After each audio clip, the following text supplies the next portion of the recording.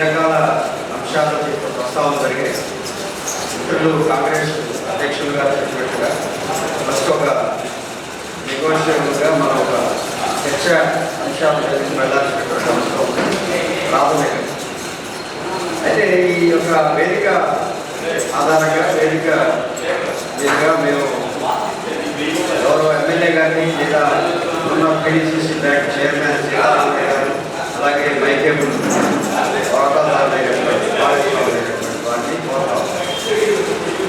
సమస్య ఒక పేద మధ్యతరగతి వ్యక్తి ద్వారా మీరు సాధించడం, దాన్ని సంపాదించడం అనేది సరికాదు.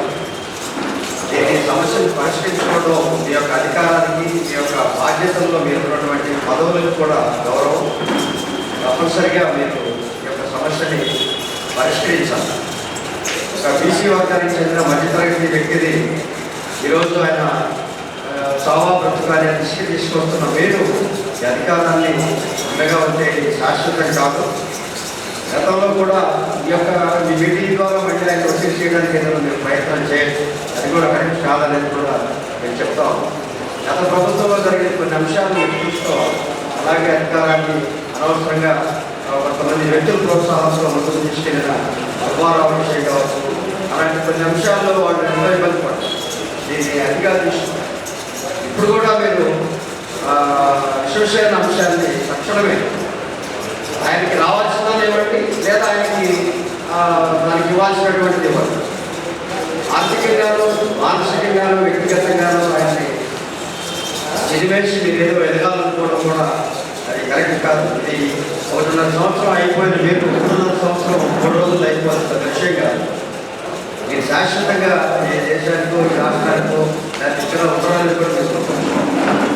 తక్షణమే సమస్య పరిష్కారానికి మీరు దిశగా వెళ్ళకపోతే ఒక విశ్వబ్రాహ్మణుడు, ఒక ధన్యం ఒక వ్యక్తితో మీరు కనుక ఆర్థికంగా ఎదగాలనుకుంటే అది నాశనానికే మీకు అవుతుంది అనేది మీరు గుర్తుంచుకోవాలి.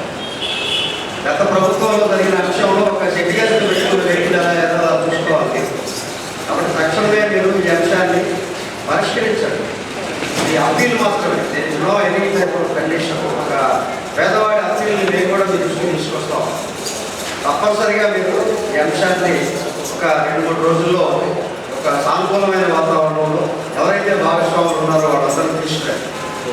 మీ దగ్గరకు వచ్చి మీ దగ్గర ఉన్న వ్యవస్థ అంతా ఉంటే భాగస్వాములు ఇద్దరు ఎలా డిమాండ్ చేస్తారంటే అమౌంట్ కావాలి, భాగాలు ఎక్కడున్నాయి, భోగాలు పెంచేస్తూ భాగాలు ఏం కట్టాలా, వాటికి సంబంధించిన ఆదాయాలు మీ దగ్గర పెట్టుకోండి. దానికి సంబంధించిన ఖర్చులన్నీ భరించాలనేది కరెక్ట్ కాదు.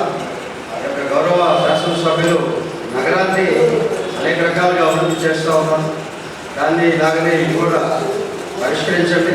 తప్పనిసరిగా ఈ అంశాలను మీరు దృష్టిలో పెట్టుకొని ఒక పేద మధ్యతరగతి వర్గాల పట్ల మీరు ఉండేటువంటి ఇలాంటి చర్యలు కరెక్ట్ కాదు. ఈ సమస్య మీకు ఉందో లేదో మాకైతే ఈరోజు ఉన్నటువంటి పరిస్థితుల్లో ఉందనే ధృవీకరణ జరుగుతాం. లేకపోతే మంచిది, ఉంటే కూడా లేకపోయినా మీరు పరిష్కరించాల్సిన వ్యక్తులు ఈ ఒంగోలు నగరంలో, ఈ ఒంగోలు నగరాన్ని అధికారికంగా అనుభవిస్తున్న మీరు ఇలాంటి సమస్యల పట్ల సానుకూలంగా వ్యవహరించండి. వారికి సంబంధించినటువంటి సమస్యను పరిష్కరించండి. ఆయన దృష్టిలో మీ ద్వారా జరుగుతున్నటువంటి ఈ యొక్క నష్టం, ఈ కష్టం ఆయనకి మీ ద్వారా వచ్చిందనేది బయటపడతాం.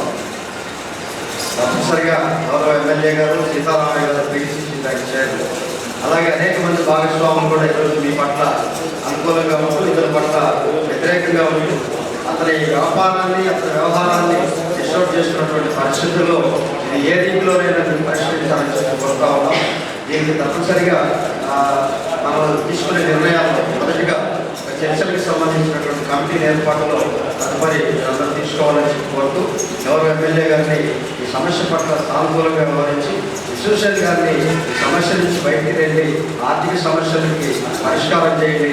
ఆయన మైకేబుల్ ఆయనకి అప్పచెప్పండి, లేదా ఆయన కూడా మీరు అన్నీ తీసుకొని మీరు ఈ యొక్క ఒకే గొడుగు కింద తెస్తారు కాబట్టి ఆయన కూడా మీరు గొడుగు కింద తీసుకోండి.